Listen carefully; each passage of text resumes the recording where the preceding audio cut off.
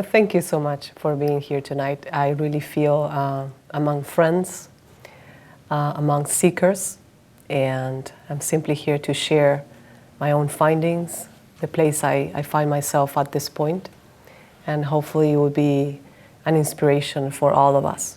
I believe that every time we get together, there is an additional component that comes through, and hopefully this will be one of those cases.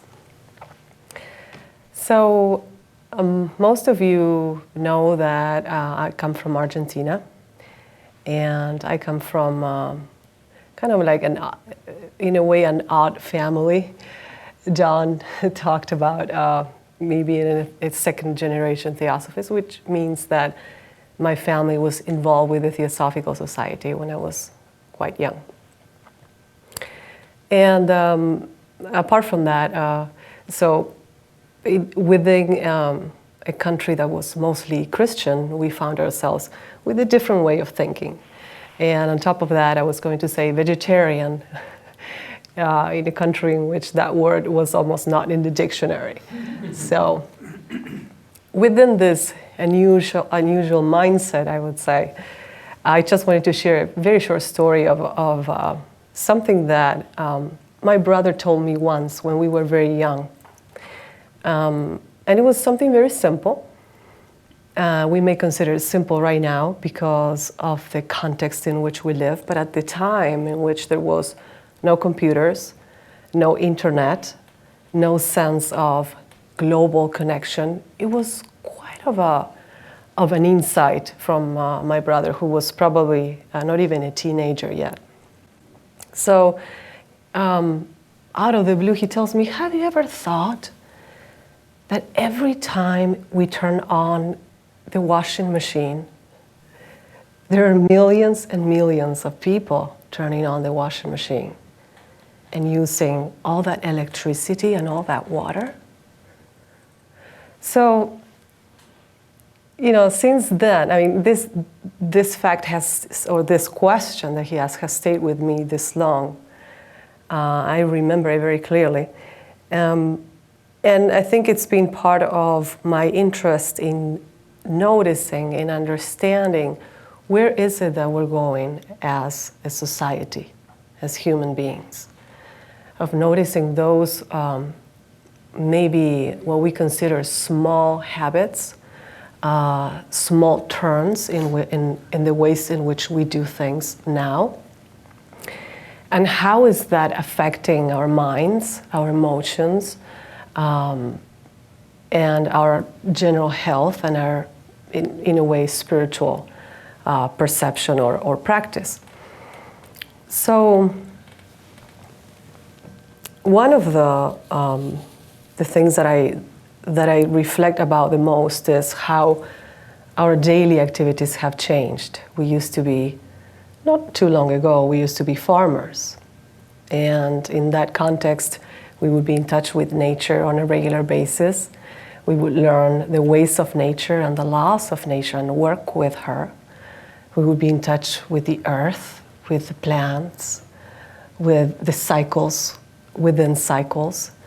We would use a lot of skill, a lot of almost like artful skill to survive.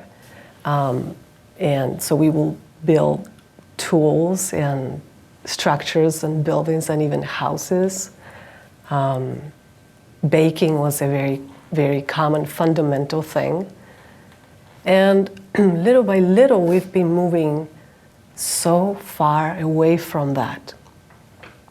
And I believe that we have a lot of advantages that come from technology and from this modern way of living, but at the same time we have moved away from something that is fundamental for our well-being.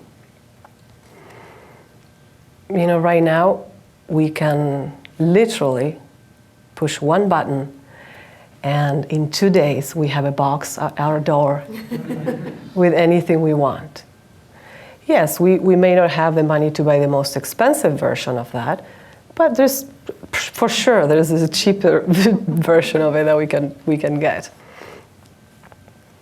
So we may believe that this satisfaction of the desires, of the things that we want, may change our nature, may make us feel happy, make humanity feel fulfilled. However, I am sure that this is as well your experience, that if we probably know someone who is suffering from depression, or we suffer from depression. We know people who suffer from anxiety. Like each one of us knows someone who is stressed out. We may be the case as well. So evidently, something that we're doing is not being conducive to well-being. And here, most of all, what I want to point out is the nature of the mind and the nature of desire, of where we find that fulfillment, that joy. The world we live right now offers every possible way of satisfying that desire. So evidently, the answers that we are really looking for are not coming from that end. I recently came across with this French philosopher, Diderot. He was a writer and collaborated to write the encyclopedia, I think in the 1700s. And he was quite well known in his circle, but he was poor. He was poor his whole life. And when he turned 52, the Emperor of Russia, Catherine the Great at the time, offered him to buy his entire collection of books. And because his daughter was about to get married and he felt he needed the money, he accepted. So he writes an essay about this story that I'm going to tell you very briefly. And he calls the essay the Diderot effect. So when he receives this money, the first thing he does is to buy a scarlet robe for himself. He was very pleased with this robe. And the texture and the softness and the color was incredible. He was so happy with it. But all of a sudden, he realized that the robe that he loved so much didn't really match anything he had in his house. So he said it was sad. There was no unity anymore. There was no more beauty. And so he had to buy a rug.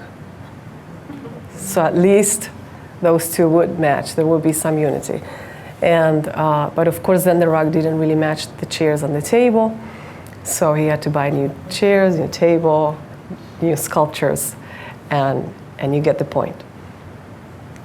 He was trying to point out at materialism and how tricky it is. I mean, how much we can kid ourselves and think that maybe raising above the social level, we will find what we want. In my case, I just wanted to bring that as an observation of the nature of desire and the nature of what sometimes is called the desire mind. So this is something that we not only do with possessions. This sense of dissatisfaction can come at any given point. We see that people who find themselves in very hard circumstances are having difficulties and dissatisfaction. But also you see that people who are living what we may consider to be ideal situations are also having a lot of unhappiness. So where does that desire come from? Where does that dissatisfaction come from? What is it that we are all really looking for? So some traditions consider desire and mind one unit. And if you observe your own life, you're going to see that the moment a desire arises, the moment you have an emotion, there is a connection with the thought. Either the thought brings the emotion brings the thought, and then there is a chain of action and reaction there, and sort of they become one. So we can talk a little bit about the mind. Some traditions have spoken of the mind in great detail, and since I come from the Theosophical tradition, I'll bring that element, but you can find a lot about this in Buddhist teachings as well, for example. So in Theosophical text, you will find that the mind is this element that is called, you're going to find it in the texts as manas, M-A-N-A-S. According to this teaching, normally we associate the mind with the brain, with whatever is inside our head, right? We talk about the mind and we think of this area of us. However, this teaching tells us that mind, let's say with a capital M, is a universal principle at its own level of existence. It is universal, it is eternal, it is boundless. It is the intelligence that guides everything that we see in nature. When we look at the perfection of a flower blooming, that is the intelligence of manas, of this universal power. When we see the perfection of the formation of a fetus inside the mother's womb, there is this universal principle, this universal intelligence moving underneath that process. So it is also an impersonal intelligence. It's not personal. It doesn't choose or think in terms as we normally understand thought at a personal level, right? So the teaching says that a ray of this universal mind in a way descends, and pardon the words that I'm going to use because none of them are really going to represent reality, but it's just a way of understanding the subject. So this ray of intelligence covers itself in denser aspects and denser matter and becomes a human being with emotions, with a physical body, with a body that feels through the senses, and that's what we call the human being. This teaching also tells us that this mind is dual. So it has the capacity to, on one hand, connect with this world. It gives the human being the capacity to connect with this world. So it provides memory. We remember what we did last week, we remember what we did a minute ago, and that's how we can survive. It provides intelligence.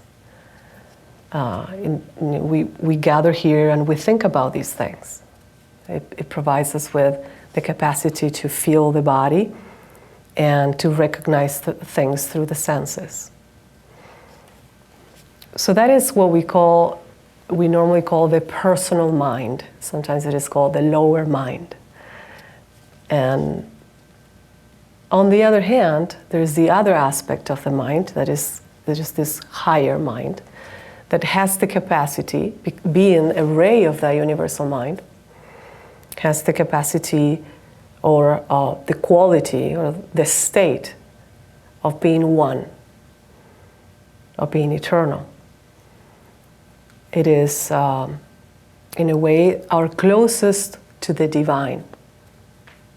And so this mind has the capacity to be a vessel for even higher aspects than this mind. So divinity, spirit, source, or however we want to call it, has the potential to shine into this higher mind and inspire and become in touch with this personality. So the process doesn't happen of the becoming in touch doesn't happen from above towards the below, but from the below towards the above. Is this in the sense that only when we aspire towards this oneness, towards the divine, we may become a vessel for this force, for this source. In the process of incarnating, of becoming this human being, we lose that sense of connection with the divine, and instead we become more connected with our personal self, with our separate self. And that is quite understandable, because that's all we perceive. That's mostly what we perceive. You know, we're told that in essence there is only oneness, but the reality is that here I'm sitting here and I'm separate from you. So this is what the mind, this personal mind, experiences at this level. So we take that as to be the reality. And we begin to try to find solutions, answers, happiness within the realm of that mind, of that personal mind.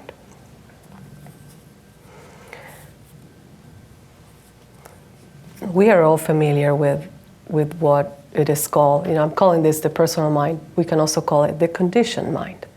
Why is it conditioned?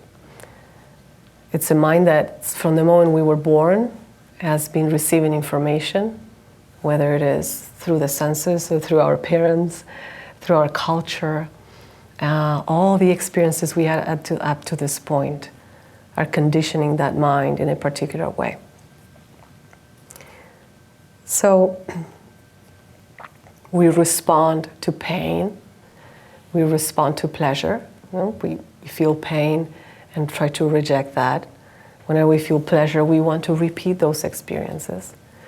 We feel attraction and aversion, the attraction to the things that are like us, or the things that we feel in tune with.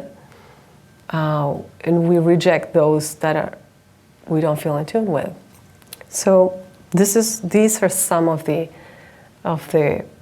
features of this mind and of this existence through this physical body. So we feel separated from others, and one of the main characteristics of this mind is this self-interest, this maybe centeredness, we could say. If you notice, any given day where your mind goes, it is normally has to do with something about you. So it can go a little further than that, but normally it remains into the field of how this affects me, or it goes from here into that.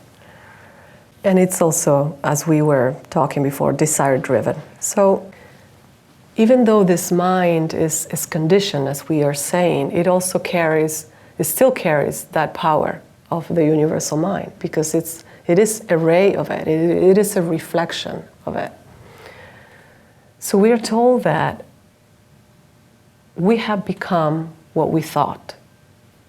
Like we become what we think. And so if we notice, if we take again any given day and we observe our mind for an hour, we will be able to tell where we stand right now in regards to things, in regards to life. What we have created so far has a lot to do with the way we have thought so far. This is just an observation that can become important in what we're going to talk about later. So we can say that the problem arises when we want to work within the sphere of this mind and have, in a way, some spiritual connection. We probably, all of us here, have some type of spiritual practice. So what tends to happen is that we bring the elements that we know so far up to this point into our spiritual practices. And what all the teachers try to tell us is that within the sphere of this mind, nothing is going to change because it's more of the same.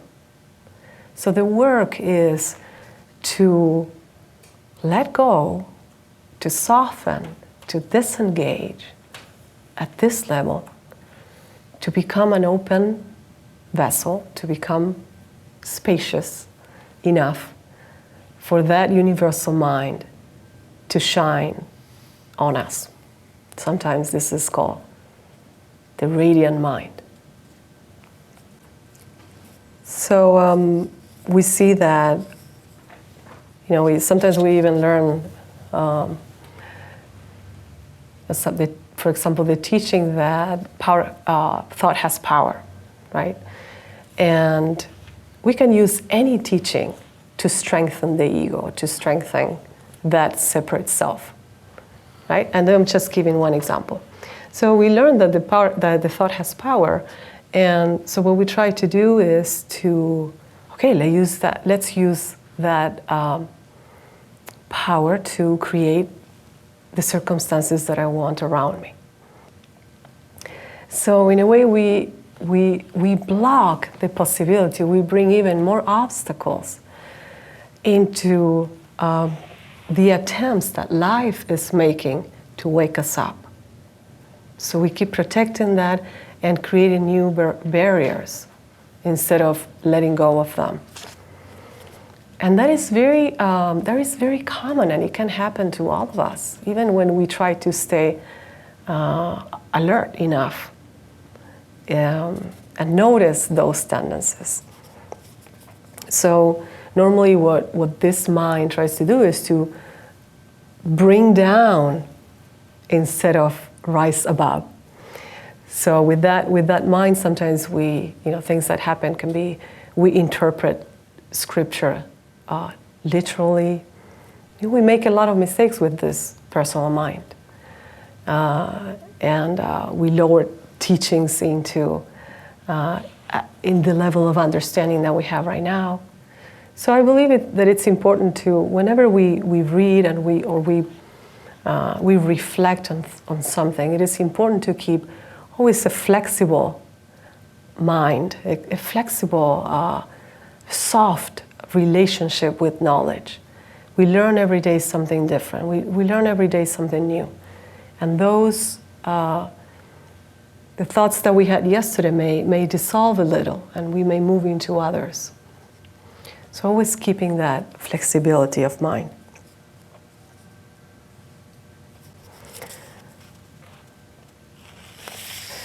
The former international president of the Theosophical Society, a very wise lady who passed away some years ago, once said that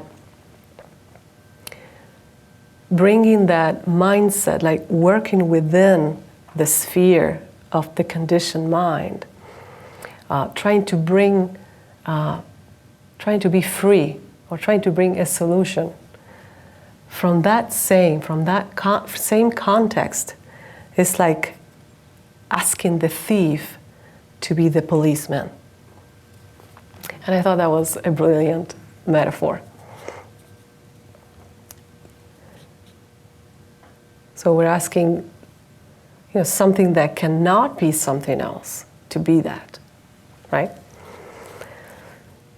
So one of the things that we're warned about over and over again when it comes to those tendencies that we bring from the personal life into the spiritual work is ambition.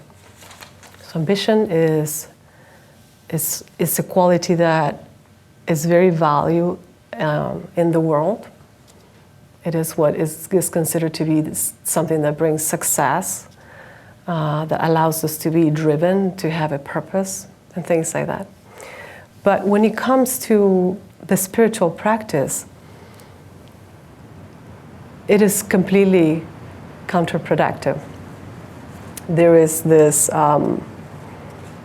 philosopher, and who you probably know, Jiddu Krishnamurti.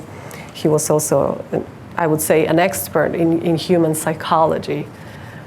He said something very simple. He said, you cannot meditate if you're ambitious.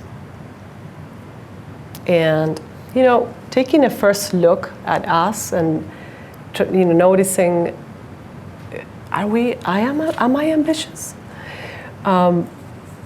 We may not see the ambition at all. It's like there are so many layers and so many levels of ambition. So maybe we're not bringing ambition into the work in a very concrete or visible way. But sometimes we can notice it in other ways. So, for example, if we feel frustrated or angry or disappointed because things are not turning in the way we're expecting them to turn, that is a way of ambition. When we criticize others, criticism is mostly a way of feeling superior than the others. So that is also a way of ambition, is believing that it's wanting to be better than the others. So what happens is that then when we sit to pray or to meditate, that ambition comes with us. And it's a huge obstacle. We're expecting, we're having, we may become upset about the practice. And this is, the practice itself, whatever it is that we do, needs to remain untouched. I mean, so pure. Because the moment we have a difficulty with the practice, we may drop it, right? So it's a place that we need to keep to regard very sacred. So take this example of like walking into a temple. If you go to India, you cannot have any personal belongings with you. You have to take your shoes off, and then you walk into the temple. And it's the same thing with any spiritual practice. We first, before we sit, we try to, we take our shoes off, our personal belongings, and as much as we can of all the baggage that we bring with us, and then we sit and do the work. In one of the Theosophical classics, so there are some books that are tiny little books that are considered Theosophical classics because they've been within the Theosophical tradition since its foundation, practically. And one of these books is called Light on the Path. It's one of my favorite books. And in this book, it is said, the warning is very strong. It says, kill out ambition. But then it continues saying, kill out ambition, but work like those who are ambitious. So it is not about killing the inspiration or the drive or the intention of having a practice. It is about working with the motivation. Why is it that we're doing this? What is moving us to do this?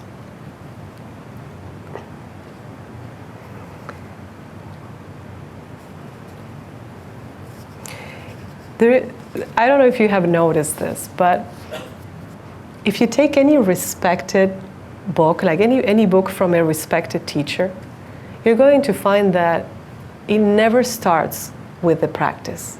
It never starts with a technique. The techniques are always in the back, if they are there, right? The books always begin with, wait a minute, let's understand the big picture first. What is happening here?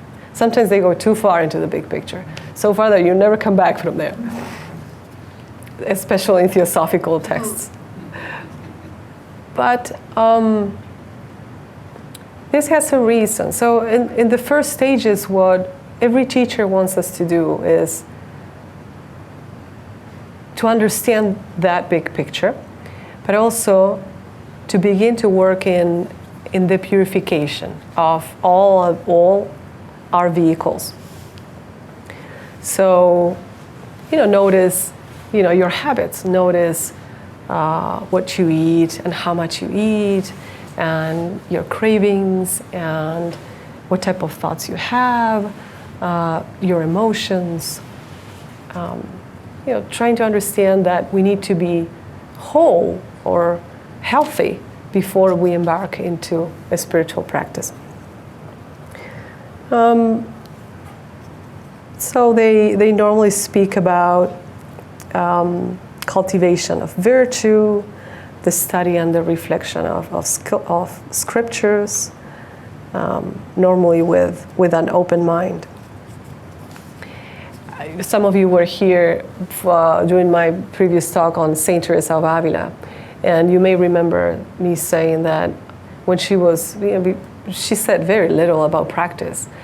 But one of the things that she said was she worked with 3 virtues: love, detachment, and humility.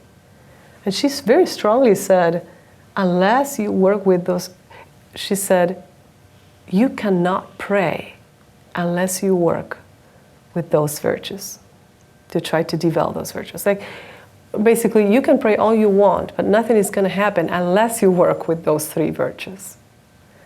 And when I read that, I thought to myself, well, yeah, I can see that. I'd rather sit for an hour and watch my breath than love my coworker, right? The technique is always tends to be easier than the whole development of this being. So every part is important. So in this search, we at times bring the misconception that in the spiritual practice, I have to achieve something. And that also becomes a great obstacle. There's nothing that we need to achieve. Like many people, many teachers already told us, we are already free. We are already enlightened. We just need to realize it.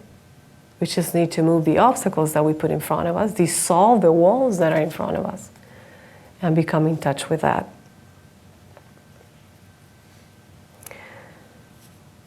So, what is the work then? What is it that we need to do? So far I've been talking about the no's. Much of what at this point, and this changes with time, but much of what at this point I feel the work is to notice. First of all, we bring the very important part of awareness, of noticing, and then to soften whatever it is that we notice, to disengage with that we notice. And then comes the dissolving of it with time. There are cycles in which we have so much struggle that our mind is constantly thinking about that. And we live in the state of mind and heart, the emotionally, so embedded, so affected by this. So sometimes it's a process that takes over and over and over again. And we may find, one thing is the sitting practice, another thing is that what we do on a regular basis. But we may find that, sometimes we come up with things. Well, I notice my mind is over and over on this. What can I do with it? Well, first I notice. Then I try to soften. And I try to disengage. And for a moment, it dissolves, but then it comes back. So at this point, I had this idea. I was so tired of this that I thought I had to get rid of it. Of course, this was the desire mind coming. So I put this situation inside a balloon. And I just did, I don't know why I did this, but I put this situation inside a balloon. And I looked at it and I said, and now I let you go. And yes, it was a helium balloon. So the balloon started floating and it left. So for me, that was just an image, just a way, an exercise of disengaging.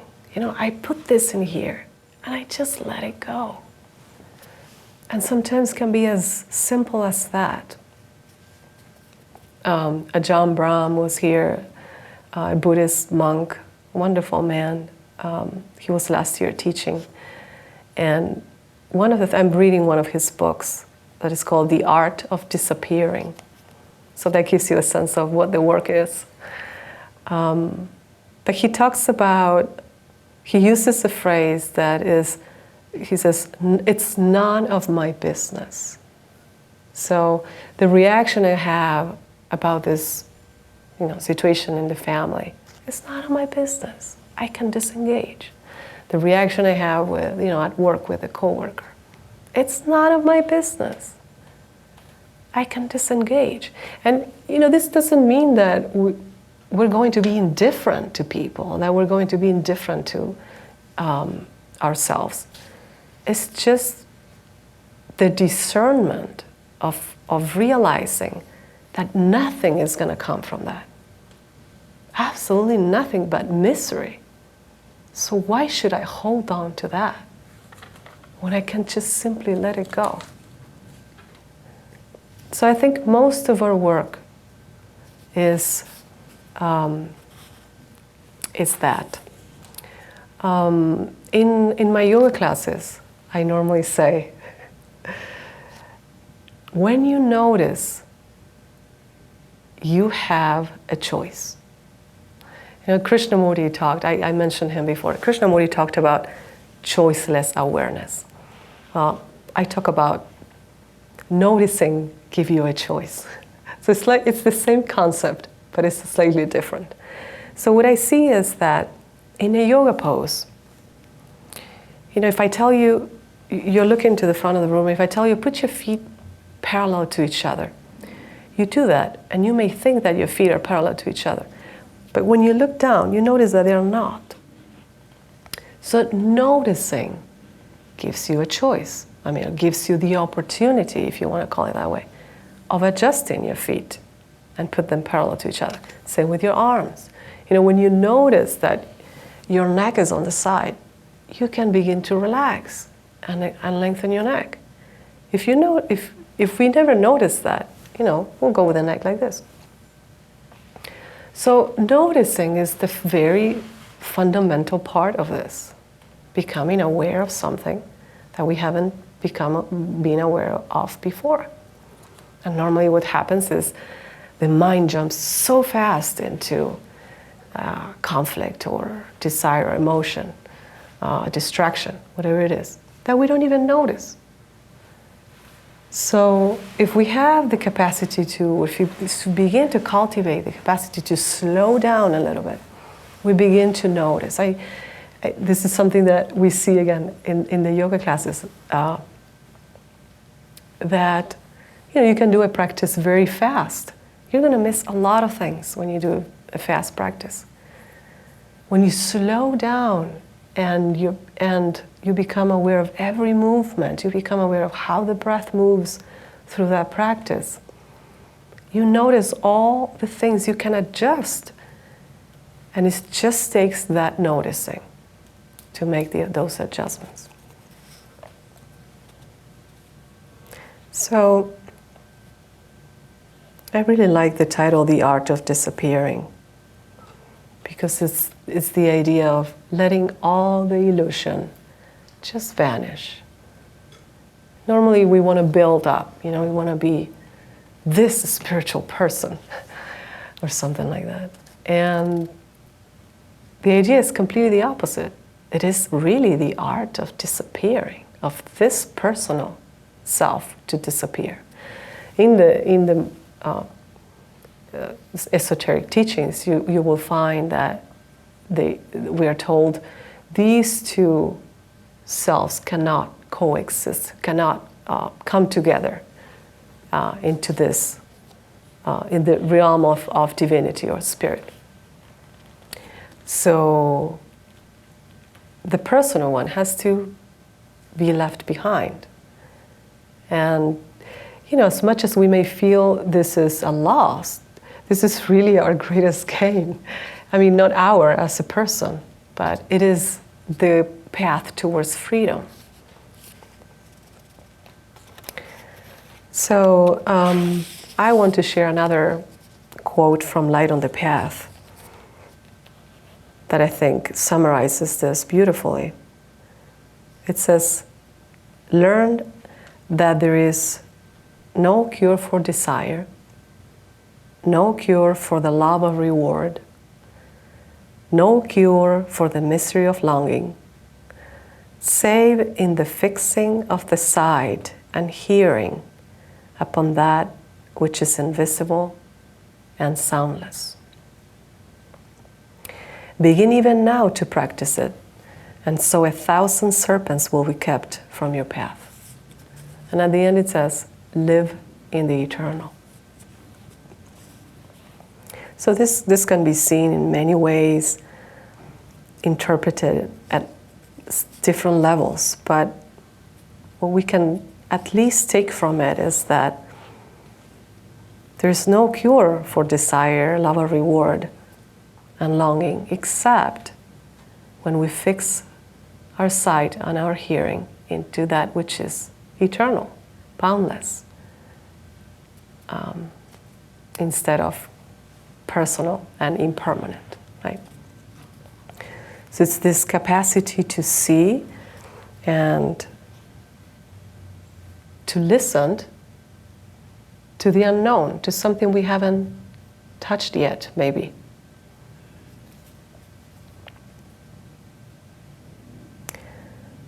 Sometimes it helps me to see this in terms of vibration.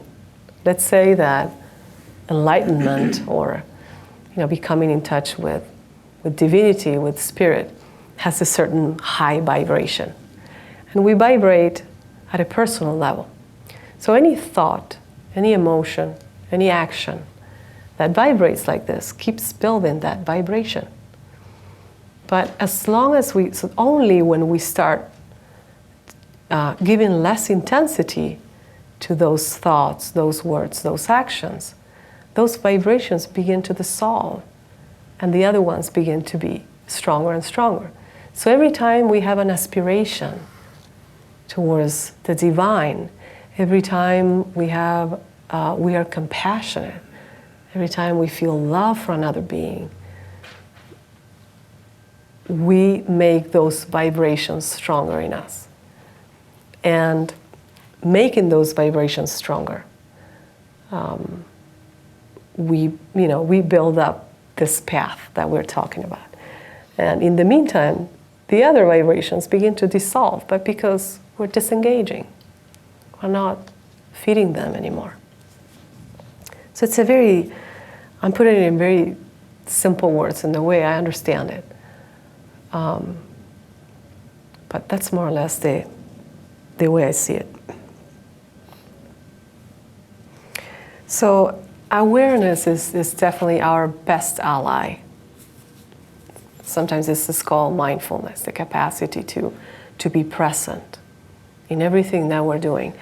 I'm sure that you have noticed that we tend to live a lot in the stories that the mind create. Sometimes they're real, like in the sense that they have a correlation with real life. Sometimes they're not. And so I am doing something precious, maybe talking to my daughter, who is 4 years old and will never be 4 years old again. And in my mind, I am thinking about something else, worried about what I did today, what I'm going to do tomorrow. And I'm really missing that moment. So this is just one example, but I just want to point out how much we live. I mean, some of us have a busier mind than others, and a naughtier mind than others. But I'm sure that you relate to this. How much time we spend in the mind, and how much time do we spend noticing things, actually doing something, putting our whole heart in it, our whole mind. This is what when I compare when we were farmers, I just have the sense that when you work on something that needs your whole attention, your whole heart, it's like you're totally there. And modern life has brought, I think, that has enhanced at least that tendency of being so divided and less present. So, as I was saying, from my point of view, much of the work is to notice, to relax, and to disengage. Something that I appreciated tremendously from Ajahn Brahm was this component of kindness that he brought into the practice. I mean, it's probably the first thing that you learn in Buddhism, but he brought it in to such an extent that it's like just the kindness of noticing your breath. Just do that with kindness, and I think it can make a huge difference in the way we approach this work. That also gives us the sense of, we can cultivate a mind that is less busy and more still. And we can certainly, once a day, twice a day, we can sit down and do our conversation with our higher being in any way that we want. And I'm seeing it in this way because it could be in the form of prayer, it could be in the form of conversation. But it could also be in, eventually the idea is that practice take us to silence and to a deep listening. There is no way we can be receptive of something that is above us if we're not quiet. There's no way we can be a vessel of something if we are full. So there has to be spaciousness. There has to be some level of emptiness for us to be able to connect with this power.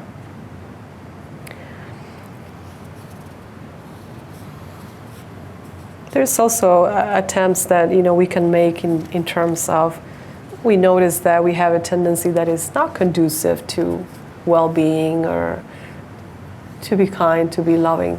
So sometimes we can practice that.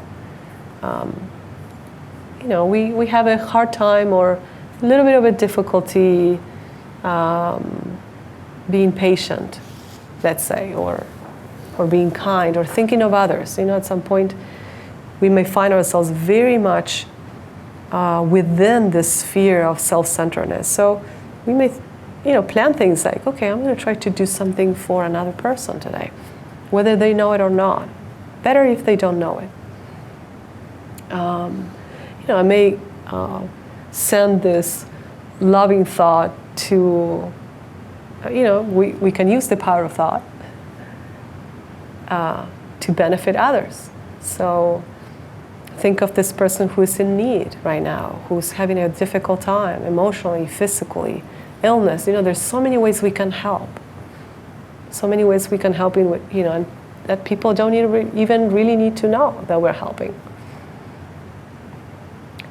So that is also part of cultivating this mind that is beyond the conditioned mind. And if we want to see it in terms of freedom, sometimes I like to think of it in terms of freedom, of being free. Free from this heaviness, free from this longing, free from the struggle. So little by little we may discover a part of us, a part within us that is free of craving, that is free of longing. We may find that this human mind can be in touch, can be illumined by the radiant mind.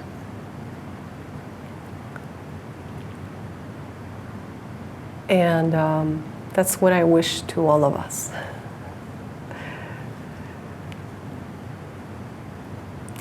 And I think that's all I have to share tonight.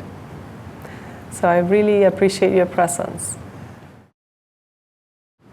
When meditating, in order to quiet the mind, is it better to repeatedly force the mind to be quiet, or is it better to simply relax and hopefully just let the peace and quiet happen, similar to the way that we might try to go to sleep?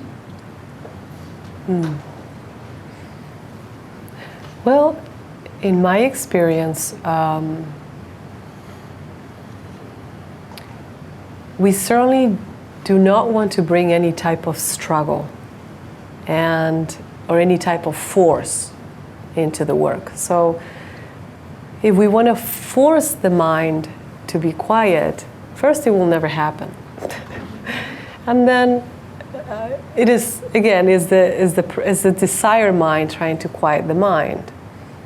So is the thief coming to the policeman training.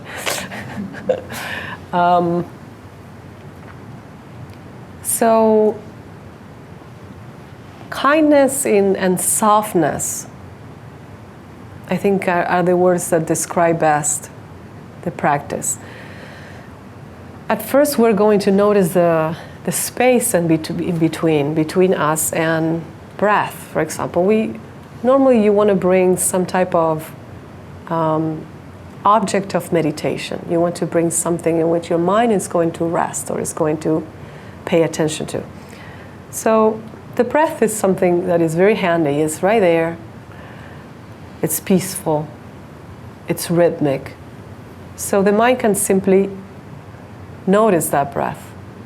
And at first it's a little bit more than that. We notice even the space in between the breath and that mind that watches. So we bring kindness into that space. And we simply watch the breath. Now the mind is thoughts are going to arise. We're going to go away from that. And, at first we just notice that the mind has gone to other places. And so we find ourselves there, like noticing that we're not watching the breath, and we just decide to simply keep watching the breath. So we bring the mind kindly, gently back to the breath. So I guess the most important part is that there shouldn't be any struggle. I mean, for struggle, we already have life.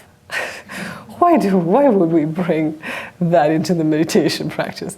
So let's make that moment special, like the happiest moment.